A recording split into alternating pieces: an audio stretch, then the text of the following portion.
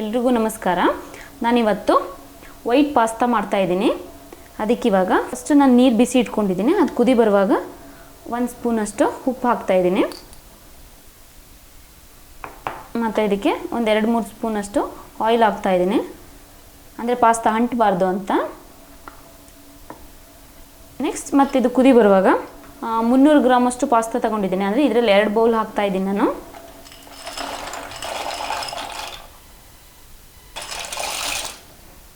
ನೋಡಿ, ಇವಾಗ ಉರಿ ಜಾಸ್ತಿ ಮಾಡಿಕೊಂಡು, ಫ್ಲೇಮ್ ಸ್ವಲ್ಪ ಜಾಸ್ತಿ ಮಾಡಿಕೊಂಡು ಮಿಕ್ಸ್ ಮಾಡ್ತಾ ಇದ್ದೀನಿ. ಆಯಿಲ್ ಹಾಕಿರೋದ್ರಿಂದ ಪಾಸ್ತಾ ಅಂಟಲ್ಲ, ಅಂದರೆ ಇದು ತುಂಬ ಬೇಯಿಸ್ಕೊಬೇಡಿ, 3/4 ಭಾಗದಷ್ಟು ಮಾತ್ರ ಬೇಯಿಸ್ಕೊಡಿ.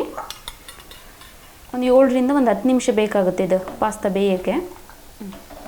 ನೋಡಿ, ಕುದಿ ಬರ್ತಾಯಿದೆ. ನಾನು ಒಂದು ಸರಿ ಹೀಗೆ ಕೈ ಆಡಿಸ್ತಾ ಇದ್ದೀನಿ, ಮಧ್ಯ ಮಧ್ಯ ಹಾಗೆ ಸ್ವಲ್ಪ ಮಿಕ್ಸ್ ಮಾಡ್ಕೊತಾ ಇದ್ದೀನಿ ನಾನು. ನೀವು ಪಾಸ್ತಾ ಬೇಯಿಸೋಕ್ಕೆ ಎಷ್ಟು ಬೇಕಾದರೂ ನೀರು ಹಾಕೊಬೋದು ಕೊನೆಗೆ, ಯಾಕಂದರೆ ಇದು ಫಿಲ್ಟ್ರ್ ಮಾಡ್ತೀವಿ ಹಾಗಾಗಿ. ನೋಡಿ, ಇವಾಗ 7 ನಿಮಿಷ ಆಗಿದೆ, 7-8 ನಿಮಿಷ ಆಗಿದೆ. ಇವಾಗ ಪಾಸ್ತಾ ನೋಡಿ ಎಲ್ಲ ಒಂದು ಸ್ವಲ್ಪ ದಪ್ಪ ಆಗಿದೆ. ಈಗ ಒಂದು ತೆಗೆದು ತೋರಿಸ್ತೀನಿ ನೋಡಿ. ಹಾಂ, ಬೆಂದಿದೆ ಇವಾಗ, ಅಂದರೆ ಫುಲ್ ಬೆಂದಿಲ್ಲ, ಅಂದರೆ ನನಗೆ ಎಷ್ಟು ಬೇಕು ಒಂದು 80% ಅಷ್ಟು ಬೆಂದಿದೆ. ಮತ್ತು ನೆಕ್ಸ್ಟ್ ಕುಕ್ ಮಾಡ್ತೀನಲ್ಲ ಅವಾಗ ಸರಿ ಹೋಗ್ತದೆ ಇನ್ನು. ಓಕೆ, ಈಗ ಬೆಂದಿದೆ, ಇದು ಆಫ್ ಮಾಡ್ತೀನಿ. ಈಗ ವೆಜಿಟೇಬಲ್ಸ್ನ ಫ್ರೈ ಮಾಡ್ಕೊತೀನಿ. ವೆಜಿಟೇಬಲ್ ಫ್ರೈ ಮಾಡ್ಕೊಳ್ಳೋಕ್ಕೆ ಸ್ವಲ್ಪ ಆಯಿಲ್ ಹಾಕ್ತಾಯಿದ್ದೀನಿ. ಆಯಿಲ್ ಆದರೂ ಆಯಿತು, ಬಟರ್ ಆದರೂ ಆಯಿತು. ನೋಡಿ, ಇವಾಗ ಎಣ್ಣೆ ಬಿಸಿಯಾಗಿದೆ. ಇವಾಗ ಇದಕ್ಕೆ ನಾನು ತರಕಾರಿಗಳೆಲ್ಲ ರೆಡಿ ಮಾಡಿ ಇಟ್ಕೊಂಡಿದ್ದೀನಿ. ಕ್ಯಾರೆಟ್ ಮತ್ತು ಬೆಳ್ಳುಳ್ಳಿ ಮತ್ತು ದಪ್ಪ ಕಟ್ ಮಾಡಿರೋ ಈರುಳ್ಳಿ ಮತ್ತು ದಪ್ಪ ಮೆಣಸಿನ್ಕಾಯಿನೂ ಕೂಡ ದಪ್ಪ ಕಟ್ ಮಾಡ್ಕೊಂಡಿದ್ದೀನಿ. ಸ್ವಲ್ಪ ಬಟಾಣಿ ತೊಗೊಂಡಿದ್ದೀನಿ. ಇವಾಗ ಇದಕ್ಕೆ ಫಸ್ಟು ನಾನು ಸಣ್ಣದಾಗಿ ಕಟ್ ಮಾಡ್ಕೊಂಡಿರೋ ಬೆಳ್ಳುಳ್ಳಿ ಹಾಕ್ತಾಯಿದ್ದೀನಿ. ಮತ್ತು ಇವಾಗ ಇದಕ್ಕೆ ದಪ್ಪ ಕಟ್ ಮಾಡ್ಕೊಂಡಿರೋ ಈರುಳ್ಳಿ ಹಾಕ್ತಾಯಿದ್ದೀನಿ. ಇವಾಗ ಇದು ಫ್ರೈ ಮಾಡ್ಕೊತಾ ಇದ್ದೀನಿ. ಇವಾಗ ಸ್ವಲ್ಪ ಈ ಈರುಳ್ಳಿ ಸ್ವಲ್ಪ ಬ್ರೌನ್ ಕಲರ್ ಬರೋ ಹಾಗೆ ಸ್ವಲ್ಪ ಸಾಲ್ಟ್ ಹಾಕ್ತಾಯಿದ್ದೀನಿ.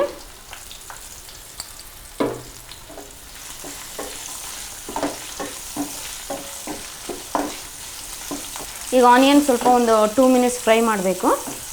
ನೆಕ್ಸ್ಟ್ ಇದಾದಮೇಲೆ ಇದಕ್ಕೆ ಕ್ಯಾರೆಟ್ ಹಾಕ್ಕೊತಾ ಇದ್ದೀನಿ. ಕ್ಯಾರೆಟ್ನ ಮಾತ್ರ ನಾನು ಚಿಕ್ಕ ಕಟ್ ಮಾಡ್ಕೊಂಡಿದ್ದೀನಿ. ಮತ್ತು ಇವಾಗ ಇದಕ್ಕೆ ದಪ್ಪ ಮೆಣಸಿನ್ಕಾಯಿ ಮತ್ತು ಬಟಾಣಿ ಹಾಕಿ ಸ್ವಲ್ಪ ಇದು ಎಣ್ಣೆಲೇ ಬೇಯಬೇಕು, ದಪ್ಪ ಮೆಣಸಿನ್ಕಾಯಿ ಮತ್ತು ಕ್ಯಾರೆಟ್ ಎಲ್ಲ. ಹಾಗಾಗಿ ಚೆಂದ ಫ್ರೈ ಮಾಡ್ಕೊಬೇಕು. ಒಂದು 7-8 ನಿಮಿಷ ಬೇಕಾಗುತ್ತೆ. ಹಾಂ, ನೋಡಿ, ಆವಾಗ ನಾನು ಈರುಳ್ಳಿಗೆ ಎಷ್ಟು ಬೇಕೋ ಅಷ್ಟು ಹಾಕ್ಕೊಂಡಿದ್ದೆ ಉಪ್ಪನ್ನ.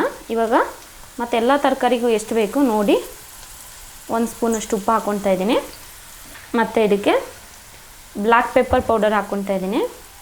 ನೋಡಿ, ಇದೇ ಇದಕ್ಕೆ ಖಾರ. ನೋಡಿ, ಇದಕ್ಕೆ ನಾನು ಮೆಣಸಿನ್ಕಾಯಿ ಹಾಕಿಲ್ಲ, ಹಾಗಾಗಿ ನೀವು ಖಾರ ಎಷ್ಟು ಬೇಕು ಅಂತ ಇದಕ್ಕೇ ನೋಡಿ ಪೆಪ್ಪರ್ ಹಾಕೊಳ್ಳಿ. ಇದು ನಾನು ತುಂಬ ಸ್ಪೈಸಿಯಾಗಿ ಮಾಡ್ತಾಯಿಲ್ಲ, ಯಾಕಂದರೆ ವೈಟ್ ಕಲರ್ ಇರೋದ್ರಿಂದ ಲೈಟಾಗಿ ಸ್ಪೈಸಿ ಇರೋ ಥರ ಮಾಡ್ಕೊತಾ ಇದ್ದೀನಿ. ಓಕೆ, ಇದು ಈಗ ಫುಲ್ ಫ್ರೈ ಆಗಿದೆ. ನೆಕ್ಸ್ಟ್ ಇನ್ನೊಂದು ಪ್ಯಾನ್ ಇಟ್ಕೊತಾ ಇದ್ದೀನಿ. ಈಗ ಪ್ಯಾನ್ ಇಟ್ಕೊಂಡಿದ್ದೀನಿ. ಇದಕ್ಕೆ 4 ಸ್ಪೂನಷ್ಟು ಬಟರ್ ಹಾಕ್ತಾಯಿದ್ದೀನಿ. ಇವಾಗ ನಾನು ಇದಕ್ಕೆ ಈ ಬೆಣ್ಣೆಗೆ 4 ಸ್ಪೂನಷ್ಟು ಮೈದಾ ಹಾಕ್ತಾಯಿದ್ದೀನಿ. ಓಕೆ, ಈಗ ಇದನ್ನು ಚೆಂದ ಫ್ರೈ ಮಾಡ್ಕೊತಾ ಇದ್ದೀನಿ. ಈಗ ಇದೆಲ್ಲ ಸೇರಿ ಒಂದು ಉಂಡೆ ಥರ ಬರಬೇಕು.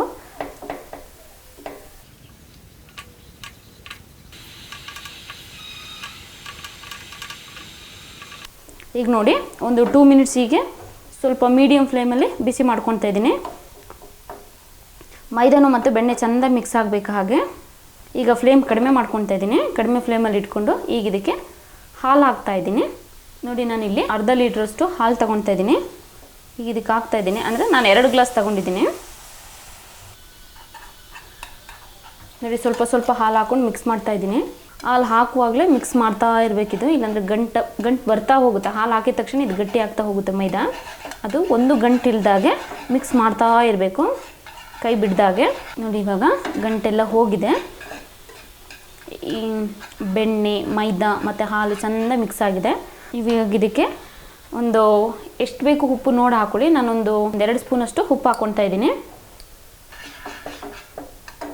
ಇವಾಗ ಇದಕ್ಕೆ ಒಂದು 2 ಟೇಬಲ್ ಸ್ಪೂನಷ್ಟು ಬ್ಲ್ಯಾಕ್ ಪೆಪ್ಪರ್ ಹಾಕ್ತಾಯಿದ್ದೀನಿ. ಆಲ್ರೆಡಿ ವೆಜಿಟೇಬಲ್ಸ್ಗೆ 1 ಸ್ಪೂನಷ್ಟು ಹಾಕಿದ್ದೀನಿ. ಇವಾಗ ಇದಕ್ಕೆ ಒಂದು ಚಿಕ್ಕ ಸ್ಪೂನಲ್ಲಿ ಒಂದು 2 ಟೇಬಲ್ ಸ್ಪೂನಷ್ಟು ಪೆಪ್ಪರ್ ಹಾಕ್ತಾಯಿದ್ದೀನಿ. ನೀವು ಜಾಸ್ತಿ ಹಾಕಿದರೆ ಈ ವೈಟ್ ಕ್ರೀಮ್ ಕಲರ್ ಚೇಂಜ್ ಆಗುತ್ತೆ.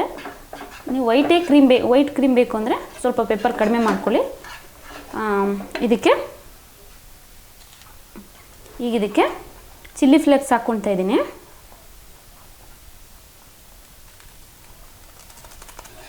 ಓಕೆ, ಈಗ ಹಾಕಿ ಚೆಂದ ಮಿಕ್ಸ್ ಮಾಡ್ತಾ ಇದ್ದೀನಿ ಮತ್ತೆ ಒಂದು 2 ಮಿನಿಟ್ಸ್. ಸೊ ನೀವು ಟೇಸ್ಟ್ ನೋಡ್ಕೊಳ್ಳಿ, ಇದು ಖಾರ ಬೇಕು ಬೇಡ ಅಂತ. ಬೇಕು ಅಂದರೆ ಸ್ವಲ್ಪ ಮತ್ತೆ ಪೆಪ್ಪರ್ ಹಾಕೊಳ್ಳಿ. ಓಕೆ, ಇವಾಗ ಇದು ವೈಟ್ ಸಾಸ್ ರೆಡಿಯಾಗಿದೆ. ಇವಾಗ ಇದಕ್ಕೆ ಈಗಲೇ ನೀವು ಬೇಕು ಅಂದರೆ ಇದಕ್ಕೆ ಮತ್ತೆ ಮಿಲ್ಕ್ ಆ್ಯಡ್ ಮಾಡ್ಕೊಬೋದು. ಸೊ ನಂಗೆ ಪಾಸ್ತಾ ಇಷ್ಟೇ ಇರೋದ್ರಿಂದ ಸಾಕು, ಇಷ್ಟೇ ಕ್ರೀಮ್ ನನಗೆ.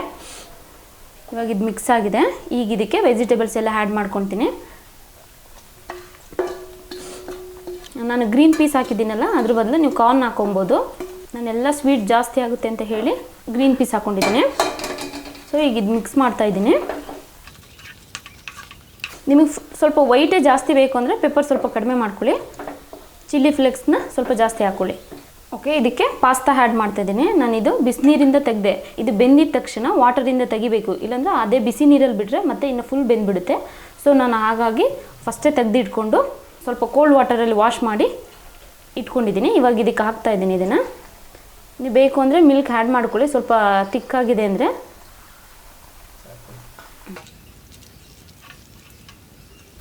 ಓಕೆ, ಪಾಸ್ತಾ ಮತ್ತು ವೆಜಿಟೇಬಲ್ಸ್ನ ಒಟ್ಟಿಗೆ ಹಾಕಿ ಮಿಕ್ಸ್ ಮಾಡ್ಕೊಳ್ತಾ ಇದ್ದೀನಿ. ಇದು ಗಟ್ಟಿ ಆಯಿತು ಅನಿಸಿದರೆ ನಿಮಗೆ ನೀರು ಬೇಕಂದರೆ ನೀರು ಆ್ಯಡ್ ಮಾಡ್ಕೊಳ್ಳಿ, ಇಲ್ಲಾಂದರೆ ಮಿಲ್ಕ್ ಆ್ಯಡ್ ಮಾಡ್ಕೊಳ್ಳಿ. ನಾನು ಸ್ವಲ್ಪ ಗಟ್ಟಿಯಾಗಿತ್ತು ಅಂತ ಹೇಳಿ ಸ್ವಲ್ಪ ಮಿಲ್ಕ್ ಆ್ಯಡ್ ಮಾಡ್ಕೊಂಡಿದ್ದೀನಿ ಇದಕ್ಕೆ. ಯಾಕಂದರೆ ಪಾಸ್ತಾ ಕೋಟಿಂಗ್ ಚೆನ್ನಾಗಿರಬೇಕಲ್ಲ, ಹಾಗಾಗಿ. ನಾನೀಗ ಚೀಸ್ ತೊಗೊಂಡಿದ್ದೀನಿ, ಚೀಸ್ನ ತುರಿದಿಟ್ಕೊಂಡಿದ್ದೀನಿ, ಅದನ್ನು ಆ್ಯಡ್ ಮಾಡ್ತಾಯಿದ್ದೀನಿ.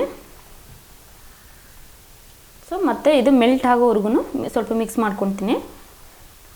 ನೋಡಿ, ಈಗ ಚೀಸ್ ಹಾಕಿ ಎಲ್ಲ ಮಿಕ್ಸ್ ಮಾಡಿದ್ದೀನಿ. ಈಗ ಚೀಸ್ ಹಾಕಿದ್ದೀನಲ್ಲ, ಅದು ಸ್ವಲ್ಪ ಮೆಲ್ಟ್ ಆಗೋವರೆಗೂ ಒಂದು 30 ಸೆಕೆಂಡ್ಸ್ ಅಷ್ಟೇ ಕ್ಲೋಸ್ ಮಾಡ್ತಾಯಿದ್ದೀನಿ. ಕಡಿಮೆ ಫ್ಲೇಮ್ ಇಟ್ಕೊಂಡಿದ್ದೀನಿ. ಓಕೆ, ಈ ಕ್ಯಾಪ್ ಓಪನ್ ಮಾಡ್ತಾಯಿದ್ದೀನಿ.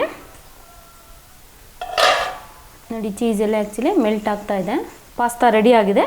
ಈಗ ಪ್ಲೇಟಿಂಗ್ ಮಾಡ್ತೀನಿ.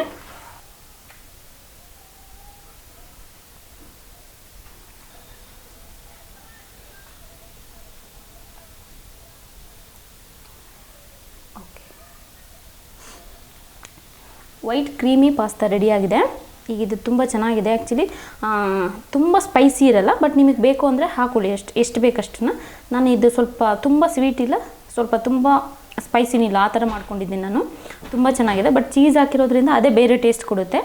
ಚೀಸ್ ಹಾಕಿದ್ರೇ ಟೇಸ್ಟ್ ಚೆನ್ನಾಗಿರುತ್ತೆ, ಯಾಕಂದರೆ ಅದು ಮೈದಾ ಮತ್ತು ಬೆಣ್ಣೆ ಹಾಲು ಎಲ್ಲ ಹಾಕಿರ್ತೀವಲ್ಲ, ಅದೇ ಬೇರೆ ಥರ ಟೇಸ್ಟ್ ಇರುತ್ತೆ. ಸೊ ಅದಕ್ಕೆ ನೀವು ಚೀಸ್ ಆ್ಯಡ್ ಮಾಡಿದರೆ ಸ್ವಲ್ಪ ಇನ್ನು ಬೇರೆ ಥರ ಟೇಸ್ಟ್ ಕೊಡುತ್ತೆ, ತುಂಬ ಚೆನ್ನಾಗಿರುತ್ತೆ. ನೀವು ಒಮ್ಮೆ ಮನೇಲಿ ಟ್ರೈ ಮಾಡಿ ನೋಡಿ ಹೇಗಿದೆ ಅಂತ ಕಮೆಂಟ್ ಮಾಡಿ. ನಾನು ಇಲ್ಲಿಗೆ ವೈಟ್ ಕ್ರೀಮಿ ಪಾಸ್ತಾ ವಿಡಿಯೋ ಮುಗಿಸ್ತಾ ಇದ್ದೀನಿ. Thank you.